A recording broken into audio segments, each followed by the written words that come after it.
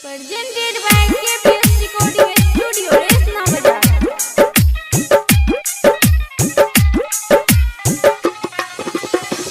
साटा बुक करे एलियो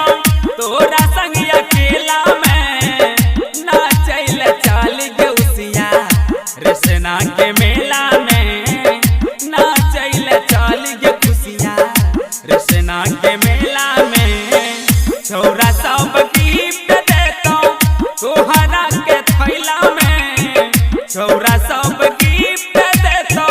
रखी है तू थैला में ना चल चल गे बबली रसना के मेला में ना चल चल गे काजरी महिमा विजय रसना के मेला में महिमा विजय ना चल चल गे काजरी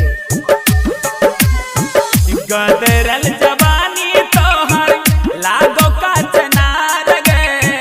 मुखियो जी देखो खातिर लागल छौकतार गे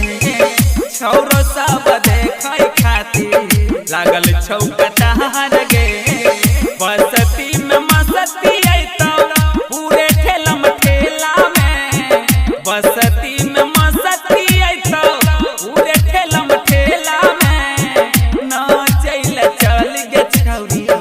रेसना के मेला में ना चल चल गे काजरी महिमा विजय Presented by KPS Recording Studio, Resna Bazaar. महिमा विजय लचा लच लचकल करी है पतली कमरिया लेजर लाइट मारल करता मिलै है नजरिया लेजर लाइट मारल करता उठै है घघरिया पूरा पूरी विश्वास रखी है पशुपति छैला में प्रेम दीवाना नाचैतो रेसना के मेला में सुमन संग चल गे बबली रेसना के मेला में के सब संग चल गे छौरी रिकॉर्डिंग स्टूडियो रेसना बाजार मधेपुरा।